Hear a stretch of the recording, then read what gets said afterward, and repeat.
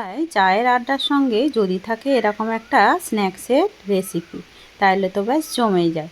নমস্কার বন্ধুরা, কাজল ভিলেজ কিচেনে সকলকে স্বাগত জানাই। রোজকার মতো আজও রান্নাঘরে চলে এলাম। আজকের রেসিপি প্রথম থেকে লাস্ট পর্যন্ত দেখতে থাকুন, আশা করছি ভীষণ ভালো লাগবে। তো চলুন তাহলে শুরু করা যাক।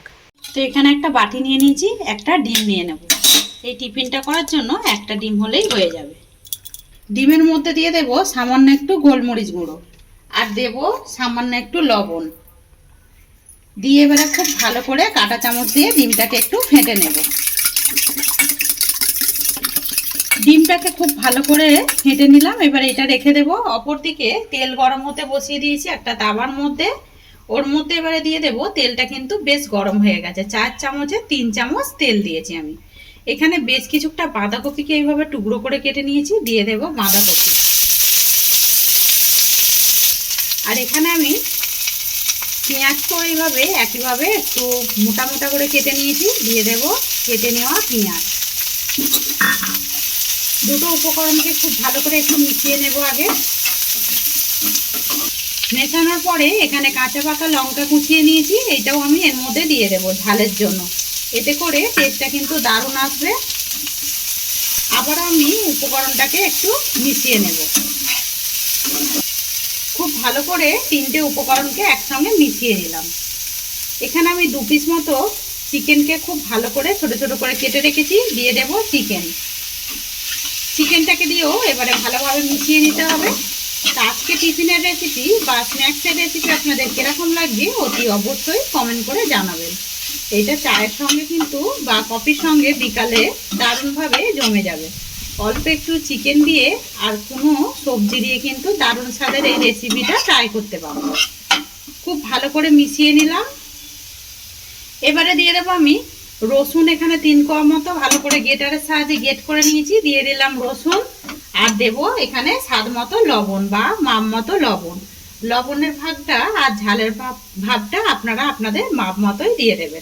উপকরণগুলোকে এবারে খুব ভালো করে লবণের সঙ্গে মিশিয়ে নেব, যাতে করে লবণ দেওয়ার কারণে সমস্ত সবজি থেকে জল ছাড়তে শুরু করবে, আবারও খুব ভালোভাবে মেশানো হয়ে যাবে।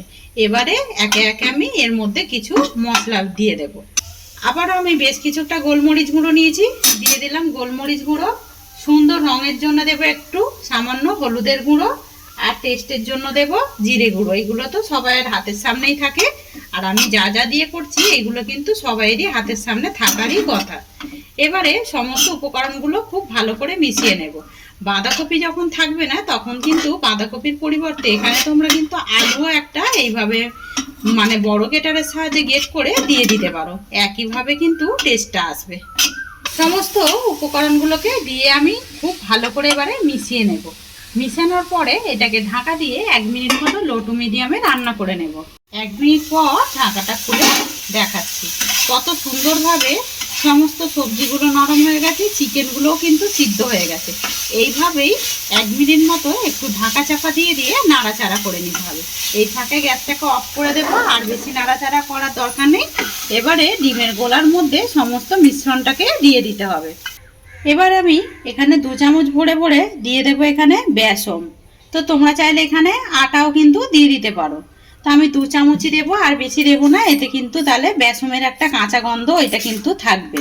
এবারে সমস্ত উপকরণগুলো ডিমের সঙ্গে এইভাবে একটু আঠালোভাবে মাখিয়ে নিতে হবে, কোনো রকম জল দেওয়া যাবে না। উপকরণগুলো খুব ভালো করে আমি বেসনের সঙ্গে 1 মিনিট মতো ভালো করে মাখিয়ে নিলাম। এর মধ্যে কোনো রকম জল দেবে না, আগেই বলেছি। যদি প্রয়োজন হয় এর মধ্যে ডিমই দিতে পারবে। অপর দিকে আবারও আমি সাদা তেল গরম হতে বসিয়ে দিয়েছি। তেলটা বেশ ভালোভাবেই গরম হয়ে গেছে। এবারে এই যে মিশ্রণটা নিয়ে আমি তেলের মধ্যে দিয়ে দেব। তো বন্ধুরা, আজকের রেসিপি কিরকম লাগছে আর কে কোথা থেকে দেখছো আমাকে কিন্তু কমেন্ট করে জানাবেন। এইভাবে আমি সুন্দর করে দিয়ে দেব। তো তোমরা তোমাদের পছন্দ মতো করেই এইভাবে গুছিয়ে দিয়ে দেবে। সমস্ত মিশ্রণগুলো আমি এইভাবে সুন্দর করে দিয়ে দিলাম। তোমরা তোমাদের পছন্দ মতো করেই কিন্তু ভেজে নিতে পারো। দেবার মাত্রে মাত্রে কত সুন্দর দেখুন, এগুলো কিন্তু বেশ ভাজা হয়ে গেছে। ওপরটা যখনই শুকিয়ে আসবে আমি এইভাবে অপর পিঠটা উল্টে দেবো। কত সুন্দর একটা রঙও এসেছে, কালার এসেছে দেখুন। এইভাবে উল্টে পাল্টে যদি ভেজে নেওয়া যায় তাহলে কিন্তু সন্ধ্যাবেলা চায়ের সঙ্গেও যেমন ভালো লাগে, এগুলো কিন্তু ডাল ভাতের সঙ্গে যদি একটা করে পাতে দেওয়া যায় তাহলে কিন্তু বেশ ভালোই লাগে। চটজলদি যদি কেউ চলে আসে, এইভাবে কিন্তু আমরা কম মাংস দিয়েই এইভাবে আমরা একটা পকোড়া ভেজে দিতে পারি বা স্ন্যাক্স হিসাবেও দিতে পারি। তো এইভাবেই উল্টে পাল্টে সমস্তগুলো সুন্দর লাল লাল করে ভেজে ফিরে আসছি। তখনও সুন্দর একটা রং আসা পর্যন্ত উল্টে পাল্টে ভেজে নিলাম।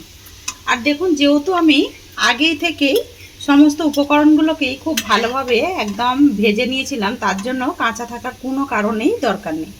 এবারে আমি খুব সুন্দর করে প্লেটের মধ্যে করে নামিয়ে নেব। এইভাবে যদি টমেটো সসের সঙ্গেও দেওয়াও তাহলে কিন্তু বাচ্চা থেকে বড় সবাই কিন্তু একদম অনায়াসে খেয়ে নেবে। একদম গরম গরম এইভাবে স্ন্যাক্স হিসাবে সন্ধ্যাবেলা চায়ের সঙ্গে খেতে কিন্তু দারুণ লাগবে। তো আজকের রেসিপি আপনাদের কিরকম লাগলো অতি অবশ্যই কমেন্ট করে জানাবেন। যদি ভালো লেগে থাকে একটা লাইক করে দিয়ে এইভাবে আমার পাশে থাকবেন, আমাকে সাপোর্ট করবেন। আমার এরকম নিত্য নতুন রান্নার জন্য পাশে থাকা বেল আইকনটি প্রেস করবেন। সবাই ভালো থাকবেন, সুস্থ থাকবেন। ধন্যবাদ। আবারও কোনো নতুন রেসিপি নিয়ে ফিরে আসবো। আজকের মতো এই পর্যন্ত।